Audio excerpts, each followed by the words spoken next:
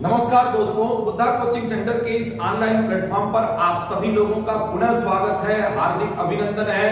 दोस्तों, प्रश्न पत्रों की जिस श्रृंखला को मैंने आप लोगों के समक्ष प्रस्तुत करना प्रारंभ किया था, उसी कड़ी में मैं आगे बढ़ते हुए आज 2016 के प्रश्नों को लेकर के मैं आया हूं। तो आइए 2016 के प्रश्नों को लेते हैं और देखते हैं कि किस प्रकार से वह आपकी परीक्षा के लिए उपयोगी और सार्थक साबित हो सकते हैं।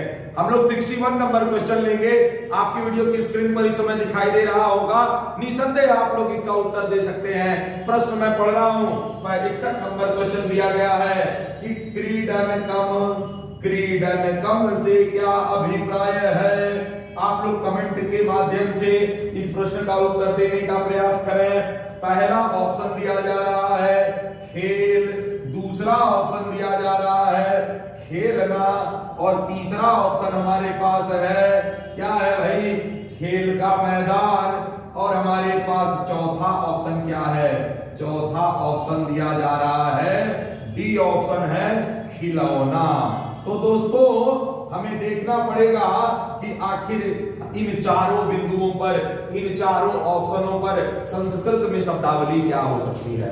दोस्तों, क्रीड धातु का तात्पर्य होता है खेलना, क्रीड धातु का तात्पर्य है खेलना और यह एक वर्ब है, तो निश्चित रूप से क्रीडनकम का अर्थ खेलना नहीं होगा। खेल की बात करें तो खेल को हम लोग क्रीडन कह सकते हैं। क्या कह सकते हैं? क्रीडन कह सकते हैं। और क्रीडन क्या होगा? खेलने का भाव होगा, तो निश्चित रूप से यह ऑप्शन भी नहीं हो सकता है। और खेल के मैदान की बात करें तो हम कह सकते हैं क्रीडन क्षेत्रम, क्रीडन क्षेत्रम कहा जाएगा खेल के मैदान को। तो निश्चित रूप से देखा जाए, जिन लोगों ने 4 नंबर ऑप्शन दिया, जिन लोगों ने डी ऑप्शन को टिक लगाया, निश्चित रूप से उन सभी लोगों का उत्तर सही है। आप सभी लोग बधाई के पात्र हो, साधुवाद के पात्र हो। क्रीडनकम का तात्पर्य निश्चित रूप से खिलौना होगा। दोस्तों, अगला क्वेश्चन ले लेते हैं। 62 नंबर क्वेश्चन आपके वीडियो की स्क्रीन पर दिख रहा है और इसमें वृक्षों के नाम दिए गए हैं और उनकी संख्या को पूछा जा रहा है। दोस्तों, जल्दी जल्दी यहाँ शब्दावली को तोड़िए। संधि हुआ होगा, समास हुआ होगा और तोड़ करके वृक्षों की संख्या बताएं। प्रश्न क्या है? आश्रमे वटास्वत्थ निम्बाशोका माम्रलक वृक्ष आसन। इसमें पूछा जा रहा है कि कितने वृक्षों का वर्णन किया गया है। तो दोस्तों, मैं यहां पर लिख करके तोड़ रहा हूं आप लोगों के समक्ष, तब तक आप लोग कमेंट के माध्यम से उत्तर देने का प्रयास करें। क्या लिखा हुआ है? वटास्वत्थ, वटास्वत्थ निम्बा, निम्बा। देखिए, जहां जहां संधि हुई है हमें तोड़ना पड़ेगा। निम्बा, शोका माम्रलक। अब आइए तोड़ लेते हैं इसको भाई। मैंने जहां जहां इसको उच्चारित करने में रुकावट पैदा की, हर जगह पर वहां संधि हुई है। देखिए, यहां पर संधि हुई है बटा, देखिए वट धन अश्वत्थ, अश्वत्थ लिखा हुआ है। और यहां पर अश्वत्थ के बाद साथ यहां पर देखें तो यहां पर संयोग हुआ है और यहां निम्ब लिखा हुआ है। और निम्ब और यहां पर देखें तो यहां पर भी संधि हो रही है, यहां भी संधि हो रही है। निम्बाशोक लिखा है तो अशोक शब्द लिखा हुआ है और यहां पर भी संधि हमको दिख रही है। आम्र शब्द लिखा हुआ है और यहां पर भी हमको संधि दिख रही है, तो आमलक शब्द लिखा हुआ है। दोस्तों अगर हम देखें तो वट मतलब, अश्वत्थ मतलब, निम्ब मतलब, अशोक मतलब, अमलक मतलब क्या होता है? तो वट का तात्पर्य वट वृक्ष से है, अश्वत्थ का तात्पर्य पीपल के वृक्ष से है, निम्ब का तात्पर्य निम्ब के वृक्ष से है, अशोक का तात्पर्य अशोक के वृक्ष से है, आम्र का तात्पर्य आम के वृक्ष से है, अमलक का तात्पर्य आंवले के वृक्ष से है। और इस प्रकार से देखा जाए तो 1 2 3 4 5 6 यानी कि यहां पर कुल 6 वृक्षों का उल्लेख किया गया है। तो आपके पास 4 ऑप्शन मौजूद थे, पहला 4, दूसरा 5, तीसरा 6, छठवां 7। तो कौन सा उत्तर सही होगा? जिन लोगों ने सी ऑप्शन को टिक किया, जिन लोगों ने 6 का उत्तर दिया है, वे सभी लोग बधाई के पात्र हैं। आप सभी लोगों ने बिल्कुल सही उत्तर दिया है, इसका यही उत्तर होगा। दोस्तों 63 नंबर क्वेश्चन आपकी वीडियो की स्क्रीन पर दिख रहा है। विजातीय पद पूछा जा रहा है। भैया विजातीय पद का मतलब क्या होता है? सबसे पहले तो यही समझ लेते हैं, विजातीय क्या होता है और सजातीय क्या होता है। किसे विजातीय कहते हैं, किसे सजातीय कहते हैं। सजातीय मतलब जो अपनी जाति का हो, जो अपनी गुणधर्म वाला हो, और विजातीय का तात्पर्य जो अपने गुणधर्म वाला नहीं हो। जैसे आप सभी लोग विद्यार्थी हो तो आप सभी लोग सजातीय हो, लेकिन उसी बीच में कोई और आ गया तो वह विजातीय हो जाएगा। तो दोस्तों आपके सामने 4 ऑप्शन मौजूद है, कमेंट के माध्यम से उस उत्तर देने का प्रयास करें। पहला ऑप्शन दिया जा रहा है लूता, दूसरा ऑप्शन दिया जा रहा है एला, और तीसरा ऑप्शन दिया जा रहा है लवंगम। तीसरा ऑप्शन क्या दिया जा रहा है? लवंगम। और चौथा ऑप्शन हमारे पास है मधुरिका। दोस्तों इसके लिए हमें इन शब्दों का अर्थ जानना पड़ेगा। क्या जानना पड़ेगा? अर्थ जानना पड़ेगा। लूता का तात्पर्य क्या होता है? लूता का तात्पर्य मकड़ी होता है। दोस्तों वही मकड़ी जो जाल बुनती है, एग्जामिनर भी आपकी परीक्षा में जाल बुनेगा, और मुझे भरोसा है कि उस जाल को जरूर आप लोग अपनी मेहनत से, अपने परिश्रम से तोड़ पाएंगे। और एला का तात्पर्य क्या है? एला का तात्पर्य इलायची से है। एला का तात्पर्य किससे है? इलायची से है। और लवंगम तो आप सभी लोग जानते होंगे, लवंगम का तात्पर्य लौंग से है। और मधुरिका का तात्पर्य क्या है? तो मधुरिका का तात्पर्य सौंफ है। मधुरिका मीन्स वही जो मन को मधुर कर दे, जो मन को मुदित कर दे। तो आप सभी लोग विभिन्न रेस्टोरेंट्स में, रेस्टोरेंट्स में खाने के लिए गए होंगे, तो जब भोजन कर लेते हैं तो आपके सामने वेटर जब बिल लेकर के आता है तो साथ में क्या लेकर आता है? सौंफ लेकर आता है। और सौंफ क्या करती है? सौंफ खाने से मन चित्त मुदित होता है, प्रसन्न होता है। तो सौंफ को क्या कहते हैं? सौंफ को मधुरिका कहते हैं। तो इस प्रकार से आप सभी लोग स्वयं निर्णय लें कि कौन सा इसमें विजातीय है। निश्चित रूप से लूता विजातीय है। जितने लोगों ने ए ऑप्शन का उत्तर दिया, आप सभी लोग साधुवाद के पात्र हो। आप सभी लोगों को अवश्य सफलता मिलेगी। बहुत बहुत आप लोगों को बधाई हो। मैं आगे अगला प्रश्न लेता हूं जो आपके वीडियो की स्क्रीन पर इस समय दिख रहा है। 64 नंबर क्वेश्चन बहुत ही शानदार प्रश्न है। गिनती से सवाल है और हर वर्ष हर परीक्षा में एक गिनती तो आती ही आती है। और हमने ऑफलाइन क्लासेस में आप सभी लोगों को विधिवत तरीके से गिनती लिखना सिखाया था। मुझे पूरा भरोसा है कि आप लोग मुझे इस प्रश्न पर निराश नहीं करेंगे। 64 नंबर क्वेश्चन क्या है?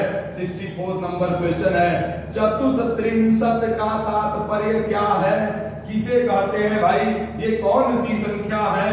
तो पहला ऑप्शन दे रहा है 304, दूसरा ऑप्शन दिया जा रहा है 430, और तीसरा ऑप्शन दिया जा रहा है 43, और चौथा ऑप्शन दिया जा रहा है 34।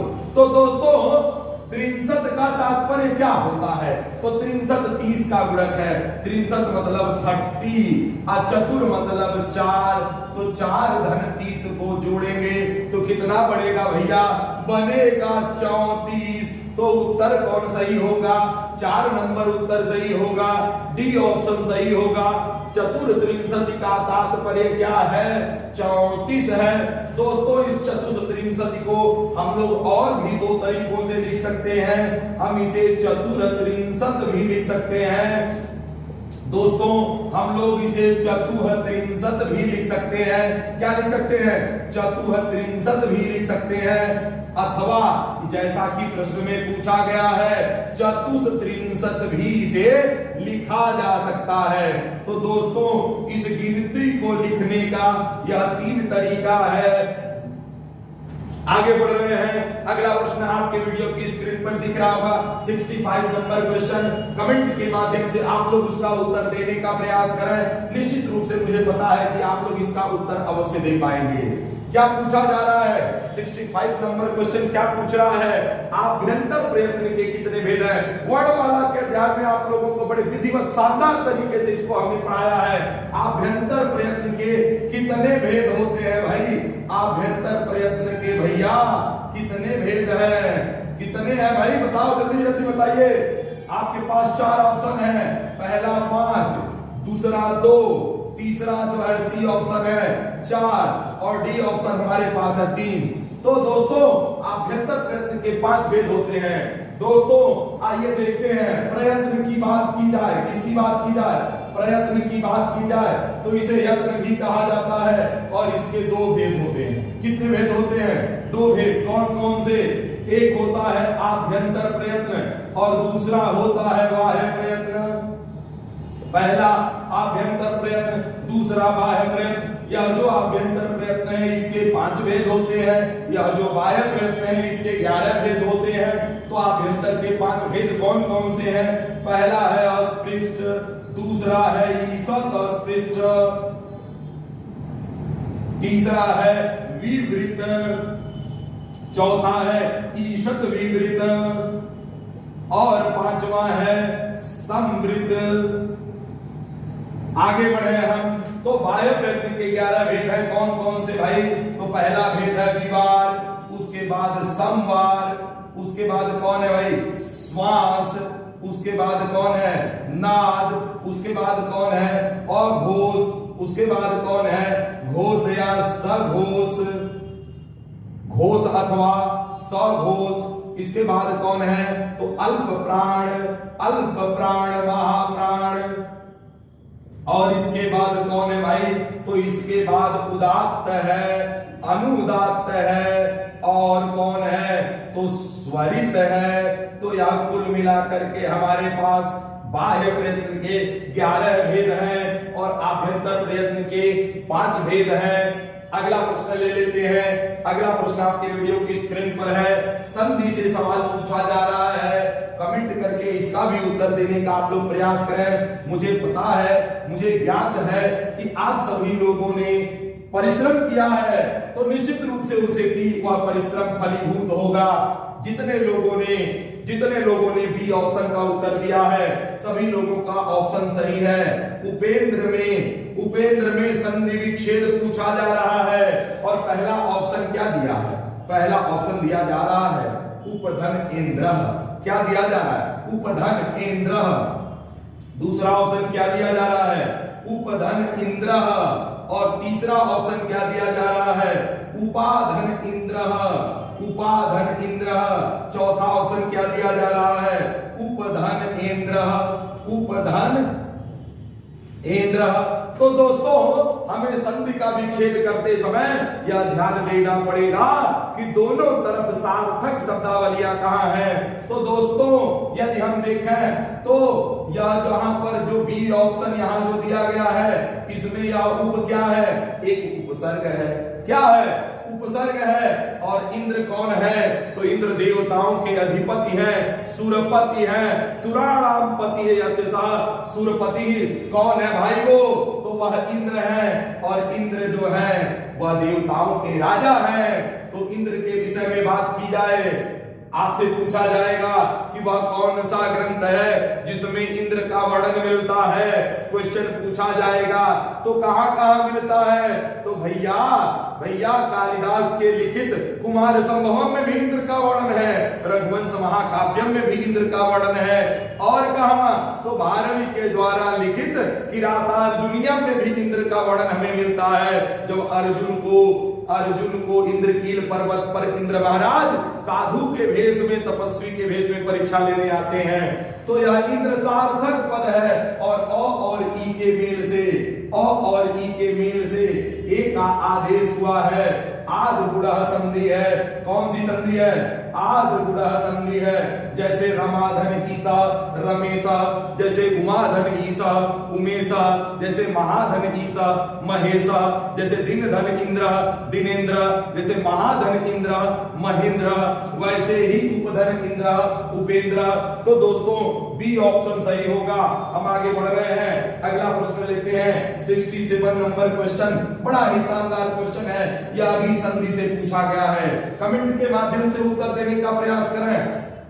ऑफलाइन क्लासेस में आप सभी लोगों को यह पढ़ाया गया है, पूछा जा रहा है कि सकार का जो मेल है वह जब शकार से हो जाता है तो वहां क्या परिवर्तन होता है, क्या परिवर्तन होता है। क्वेश्चन दे रहा है कि सकार का रेफ हो जाता है, पहला ऑप्शन। दूसरा ऑप्शन दे रहा है कि सकार का शकार हो जाता है, और तीसरा ऑप्शन दे रहा है कि सकार जो है वह तो सकार में ही रहता है, और चौथा ऑप्शन दिया जा रहा है कि सकार का विसर्ग में परिवर्तन हो जा रहा है। तो दोस्तों आप सभी लोगों को पढ़ाया गया है स्तोह अश्चुनाश्चु संधि को, स्तोह अश्चुनाश्चु संधि को, और यह संधि क्या कर रही है, यह संधि कह रही है कि सकार के बाद यदि सकार आता है तो सकार का परिवर्तन कहां हो जाता है, सकार में हो जाता है। दंत्य ध्वनि के बाद यदि मूर्धन्य, माफ करिएगा, दंत्य ध्वनि के बाद यदि तालव्य ध्वनि आएगी तो दंत्य ध्वनि का बदलाव किस में होगा, दंत्य ध्वनि का बदलाव तालव्य में हो जाता है। तो सकार के बाद शकार आने पर सकार का परिवर्तन शकार में हो जाएगा, और इस तरह से इसका बी ऑप्शन सही है। आगे बढ़ रहे हैं, 68 नंबर क्वेश्चन लेते हैं। 68 नंबर क्वेश्चन क्या पूछ रहा है, 68 नंबर क्वेश्चन भूतपूर्व में समास पूछ रहा है। भूतपूर्व में कह रहा है कि विग्रह करिए भैया, तो याद करिए समास पढ़ाते समय आपको पढ़ाए थे, जब हमने आचार्य वरदराज का उल्लेख किया था, जब हमने लघु सिद्धांत कौमुदी का उल्लेख किया था, और आपको बताए थे कि यहां पर केवल समास होगा। कौन सा समास होगा, केवल समास होगा। आचार्य वरदराज ने 5 समासों का वर्णन किया और कहा कि जहां कोई समास नहीं होगा वहां केवल समास होगा, और उन्होंने भूतपूर्व का उदाहरण दिया। इसमें 4 ऑप्शन आपके समक्ष हैं, पूर्वे भूता। दूसरा ऑप्शन क्या दिया जा रहा है, दूसरा ऑप्शन दिया जा रहा है पूर्वम भूता, और तीसरा ऑप्शन दिया जा रहा है पूर्वस्य भूता, और चौथा ऑप्शन दिया जा रहा है पूर्वात भूता। तो दोस्तों भूतपूर्व का अर्थ जानना पड़ेगा विग्रह करने के लिए। भूतपूर्व का अर्थ क्या है कि जो पूर्व में भूत है, जो क्या है, पूर्व में भूत है, और पूर्व में भूत है तो काल ध्वन्यो रत्यंत संयोगे द्वितीया से यहां द्वितीया विभक्ति होगी। काल ध्वन्यो रत्यंत संयोगे से, किससे, कौन से सूत्र से, काल ध्वन्यो रत्यंत संयोगे द्वितीया, और यह सूत्र आपको द्वितीया विभक्ति में पढ़ाए हैं। कहां पढ़ाए हैं भाई, द्वितीया विभक्ति में। और यहां पर क्या होगा, काल और मार्ग सूचक शब्द में द्वितीया विभक्ति हो जाती है। तो यहाँ पूर्वम भूतः में यदि हम देखें तो इस सूत्र से द्वितीया विभक्ति का बोध होगा, और इस तरह से बी ऑप्शन यहाँ पर सही हो जाएगा। आगे बढ़ रहे हैं, अगला प्रश्न आपकी वीडियो की स्क्रीन पर दिख रहा होगा। 69 नंबर क्वेश्चन है, क्या पूछ रहा है, पूछ रहा है कि हरे रोचते भक्ति, इसमें कौन सी विभक्ति है, यहाँ पर किस विभक्ति का उपयोग किया गया है। ऑप्शन ए दे रहा है तृतीया, ऑप्शन ए क्या दे रहा है, तृतीया, ऑप्शन बी दे रहा है पंचमी, और ऑप्शन सी दे रहा है चतुर्थी, और ऑप्शन डी दे रहा है सप्तमी। दोस्तों आप सभी लोग मुझे निराश नहीं करेंगे, क्योंकि ऑफलाइन कक्षाओं में आपको हमने सूत्र पढ़ाया है। क्या पढ़ाया गया है, रुच्यार्थानाम प्रियमाणम, और इस सूत्र के अनुसार क्या होता है? इस सूत्र के अनुसार आपको बताया गया है कि जहां रुच धातु हो, क्या उसी धातु रुच धातु हो, रुच का तात्पर्य क्या है? प्रिय लगना, पसंद आना, अच्छा लगना, किसी को बहुत प्रिय लग जाना। तो जिसे प्रिय लगेगा, जिसे अच्छा लगेगा, उसमें कौन सी विभक्ति होगी? उसमें चतुर्थी विभक्ति होती है। जैसे हमने आपको उदाहरण दिया था कि गणेश जी को लड्डू पसंद है, तो गणेशाय मोदकम रोचते, गणेशाय मोदकम रोचते। तो भैया हरि को भक्ति पसंद है, हरे रोचते भक्ति। तो हरे में कौन सी विभक्ति है? निश्चित रूप से चतुर्थी विभक्ति है। या रुच्यार्था नाम प्रियमाणम से चतुर्थी विभक्ति का विधान हुआ है। हम आगे बढ़ रहे हैं, अगला प्रश्न लेते हैं। 70 नंबर क्वेश्चन पूछ रहा है कि परिमाण मात्र में कौन सी विभक्ति होगी? दोस्तों आप लोग कमेंट के माध्यम से उत्तर देने का प्रयास करें। इस सूत्र को भी पढ़ाया गया है आप लोगों को, यह सूत्र भी पढ़ाया गया है। परिमाण में विभक्ति पूछी जा रही है, आप लोगों को याद आ रहा होगा, हमने प्रथमा विभक्ति में पढ़ाया है। क्या पढ़ाया भाई? प्रातिपदिकार्थ, प्रातिपदिकार्थ लिंग परिमाण, प्रातिपदिकार्थ लिंग परिमाण वचन मात्रे प्रथमा। आपको हमने यहां क्या बताया था? हमने बताया था कि यदि प्रातिपदिक अर्थ का कोई शब्द है, यदि कोई लिंग सूचक शब्द है, कोई परिमाण सूचक शब्द है, कोई वचन अर्थात गिनती सूचक शब्द है, तो उसमें कौन सी विभक्ति होगी? निश्चित रूप से आप लोगों ने सही उत्तर दिया है, प्रथमा विभक्ति होगी। और हमारे पास 4 ऑप्शन है। पहला ऑप्शन प्रथमा विभक्ति, दूसरा ऑप्शन चतुर्थी विभक्ति, तीसरा ऑप्शन द्वितीय विभक्ति, चौथा ऑप्शन पंचमी विभक्ति। तो कौन सा उत्तर सही होगा? ए ऑप्शन सही होगा, प्रथमा विभक्ति। 71 नंबर क्वेश्चन वीडियो की स्क्रीन पर है, इस पर भी हमें निराश आप नहीं करेंगे। निश्चित रूप से मुझे पता है ऑफलाइन कक्षाओं में पढ़ाया गया है। व्यायामेन शरीरम स्वस्थम भवति, व्यायामेन शरीरम स्वस्थम भवति। तो क्या पूछ रहा है? पूछ रहा है भैया कि यहां पर जो वाक्य में रेखांकित पद है, यानी यह जो व्यायामेन रेखांकित किया गया है, इसे जिसे रेखांकित किया गया है, इसमें कौन सा कारक है? तो 4 कारकों का उत्तर दिया जा रहा है। कर्म कारक, करण कारक, संप्रदान कारक, अपादान कारक। तो व्यायामेन शरीरम स्वस्थम भवति अर्थ क्या है? व्यायाम के द्वारा शरीर स्वस्थ होता है। तो आपको क्या बताया गया है? साधकतम करणम सूत्र बताया गया है। साधकतम करणम, क्या? साधकतम करणम सूत्र के अनुसार यदि क्रिया का कोई साधक हो, क्रिया का कोई साधन हो, यदि कर्ता की कोई सहायता करे, किसी के सहायता से कोई क्रिया हो रही हो, तो उसमें क्या होती है?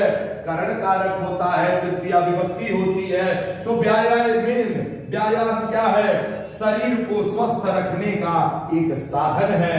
तो यहाँ इसी सूत्र से तृतीया विभक्ति हुई है और करण कारक का विधान है। तो उत्तर क्या होगा? उत्तर होगा करण कारक। उत्तर क्या होगा? करण कारक उत्तर होगा। जिसने भी करण कारक का उत्तर दिया है सभी लोग साधुवाद के पात्र हैं। हम आगे बढ़ रहे हैं, अगला क्वेश्चन लेते हैं। आपकी वीडियो की स्क्रीन पर इस समय है, पूछा जा रहा है कि नवल पलास वनम में, नवल पलास वनम में कौन सा अलंकार है? दोस्तों जल्दी जल्दी कमेंट के माध्यम से बताइए।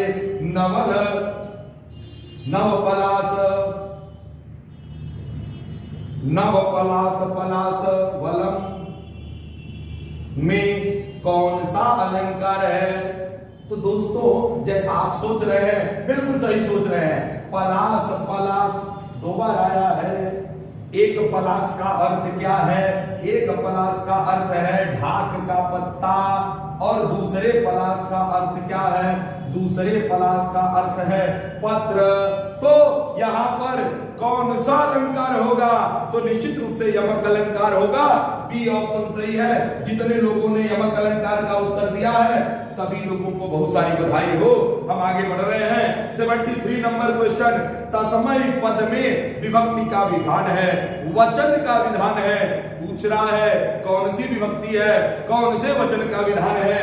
तस्मै क्वेश्चन है तस्मै और ऑप्शन हमारे पास है चतुर्थी एक वचन, चतुर्थी एक वचन। दूसरा ऑप्शन हमारे पास है षष्ठी एक वचन और तीसरा ऑप्शन हमारे पास है सप्तमी एक वचन और चौथा ऑप्शन हमारे पास है सप्तमी बहुवचन, बहुवचन। तो दोस्तों तस्मै का रूप हमको पढ़ना पड़ेगा, तस्मै का रूप आपको पढ़ना पड़ेगा। तस्मै कहां आएगा? तो यह किसका रूप है? तो यह तत् या तद का रूप है। और तत् या तद का जब हम पुल्लिंग का रूप पढ़ेंगे तो क्या रूप आएगा? सह तौ ते तम तौ तान तेन ताभ्यम तै तस्मै ताभ्यम तेभ्य। तो तस्मै कहां आया? भैया चतुर्थी में आया, एक वचन में आया। तो उत्तर कौन सही होगा? चतुर्थी एक वचन उत्तर सही होगा। जितने लोगों ने ए ऑप्शन उत्तर दिया है सभी लोगों का उत्तर सही है। हम आगे बढ़ रहे हैं। 74 नंबर क्वेश्चन लेते हैं। बड़ा ही शानदार प्रश्न है। विभक्ति के सूत्र से सवाल पूछा गया है। कमेंट के माध्यम से आप लोग उत्तर देने का प्रयास करें। अकथितम च, अकथितम च सूत्र पूछ रहा है और कह रहा है कि इसमें कितनी द्विकर्मक धातुओं का उल्लेख किया गया है। वो कितनी द्विकर्मक धातुएं हैं जिनके योग में द्वितीय विभक्ति होगी? तो इसमें पहला ऑप्शन दे रहा है 16, दूसरा ऑप्शन दे रहा है 14, तीसरा ऑप्शन दे रहा है 13, चौथा ऑप्शन दे रहा है 10। तो दोस्तों अकथितम जो सूत्र जो है इसके अंतर्गत 16 धातुओं का विधान है, 16 द्विकर्मक धातुएं हैं। जिसके उदाहरण को हम देखें तो मैं 2-3 उदाहरण देना चाहूंगा। जिसमें याच धातु है, जिसमें पच धातु है, जिसमें दुह धातु है। ये सारी धातुएं ऐसे ही 16 धातुएं हैं और ये तीनों धातुएं बड़ी पूछी जाती हैं। मैंने पिछले भी पेपर सेट में इसका उल्लेख किया था। वलिम वसुधाम याचते, वलिम वसुधाम याचते, इसका एक बड़ा फेमस उदाहरण है शीला तंडुलम, शीला तंडुलम ओदनम पचति, या इसका एक बड़ा फेमस उदाहरण है। और दोंडी दोंडी दोंडी पयम दुग्ध, दोंडी पयम गौम, यह एक बड़ा फेमस उदाहरण है दुग्ध धातु का। तो भैया यहाँ पर अकथितम च सूत्र से द्वितीय विभक्ति का विधान होता है और इसके अंतर्गत आने वाली 16 धातुएं हैं। जिसमें से 3 महत्वपूर्ण धातुओं पर हमने बात की। याच धातु मतलब मांगना, पच धातु पकाना, दुह धातु यानी दूध को दुहना। और 75 नंबर क्वेश्चन आपकी वीडियो की स्क्रीन पर दिख रहा है। बड़ा ही शानदार क्वेश्चन है। अव्यय के अध्याय से सवाल पूछा जा रहा है और कह रहा है कि इस वाक्य में क्या वाक्य है? संप्रति वायु प्रदूषणस्य दूरीकरणाय नगरे उद्यानम आवश्यकम। कह रहा है संप्रति, मैं लिख रहा हूं आपके बोर्ड पर, संप्रति वायु प्रदूषणम, संप्रति वायु प्रदूषणम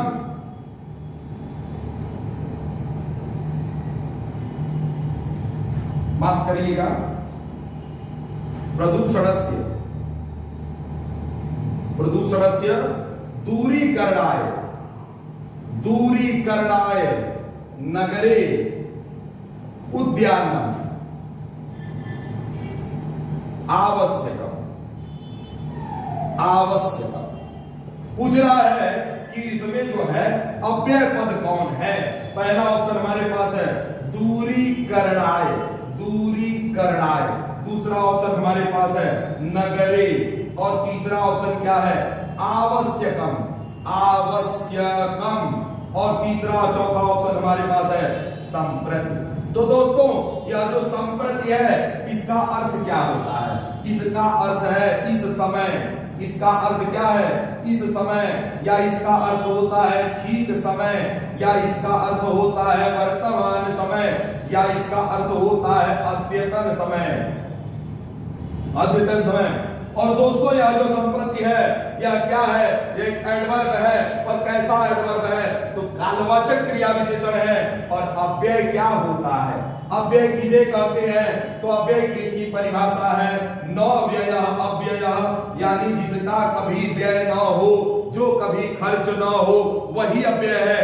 यानी वाक्य में आने वाला वह पद जिसके ऊपर लिंग वचन कारक विभक्ति लकार आदि किसी भी प्रकार के विकार को उत्पन्न करने वाले कारकों का कोई प्रभाव नहीं पड़ता, वो अव्यय कहलाता है। इसे ही हिंदी में अविकारी शब्द कहते हैं। और अव्यय के 4 भेद होते हैं। कितने भेद होते हैं, 4 भेद होते हैं। कौन कौन से भाई, क्रिया विशेषण, कौन, क्रिया विशेषण, संबंध बोधक, समुच्चय बोधक और विस्मयादि बोधक। यानी अंग्रेजी में बोले तो एडवर्ब, प्रीपोजिशन, कंजंक्शन और इंटरजेक्शन जो है वो अव्यय है, अविकारी है। तो यह जो संप्रति है यह क्रिया विशेषण है। और इस तरह से ये चौथा ऑप्शन सही हो रहा है।